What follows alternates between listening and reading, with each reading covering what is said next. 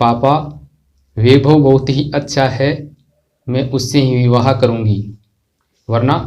पापा ने बेटी की यह शब्द सुनकर एक घड़ी तो सन्न रह गए, फिर सामान्य होते हुए बोले, ठीक है, पर पहले मैं तुम्हारे साथ मिलकर उसकी परीक्षा लेना चाहता हूँ, तभी होगा तुम्हारा विवाह वैभव से। कहो मंजूर है? बेटी चहकते हुए बोली, हाँ मंजूर है मुझे। वैभव से अच्छा जीवन साथी कोई हो ही नहीं सकता, वह हर परीक्षा में सफल होगा। आप नहीं जानते पापा वैभव को। अगले दिन कॉलेज में नेहा जब वैभव से मिली तो उसका मुंह लटका हुआ था। वैभव मुस्कुराते हुए बोला, क्या बात है स्वीट हार्ट, इतना उदास क्यों हो? तुम मुस्कुरा दो, वरना मैं अपनी जान दे दूंगा। नेहा झुंझलाती हुई बोली, वैभव मजाक छोड़ो, पापा ने हमारे विवाह के लिए इनकार कर दिया है। अब क्या होगा?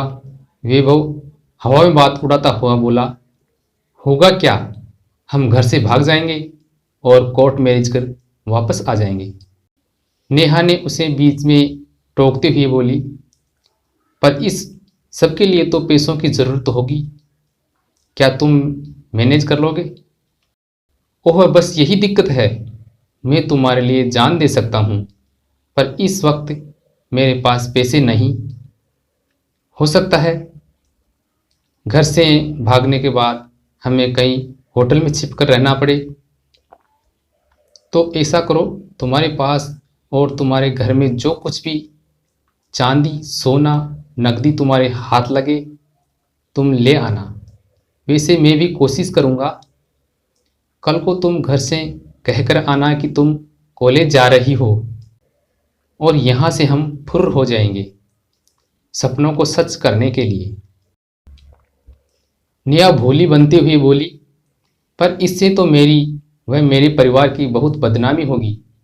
वैभव लापरवाही के साथ बोला, बदनामी वो तो होती रहती है, इसकी परवाह मत करो।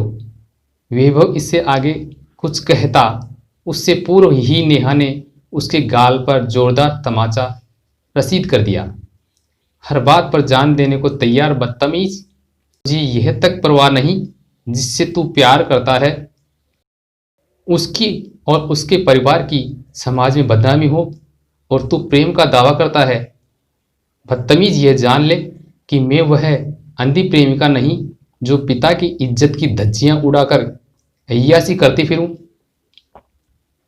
कौन से सपने सच हो जाएंगे जब मेरे भाग जाने पर मेरे पिता जहर खाकर प्राण दे देंगे। मैं अपने पिता की इज्जत नीलाम कर तेरे साथ भाग जाऊंगी तो समाज में और ससुराल में मेरी बड़ी इज्जत होगी। वे अपने सिर माथे पे बैठाएंगे और सपनों की दुनिया इस समाज से कहीं अलग होगी। हमें रहना तो इसी समाज में है, घर से भागकर आसमान में रहेंगे।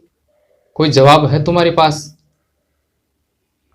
पीछे से तालियों की आवाज़ सुनकर वैभव ने मुड़कर देखा तो पहचान न पाया।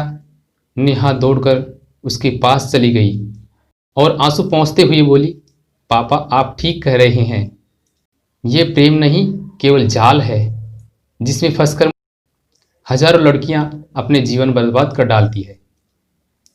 सही कहा बिटिया। इतने में पापा ने वैभव को गर्दन से पकड़ लिया और बोले, बेटी तुम अभी यह नहीं जानती कि इसका असली नाम वैभव नहीं कुछ और है।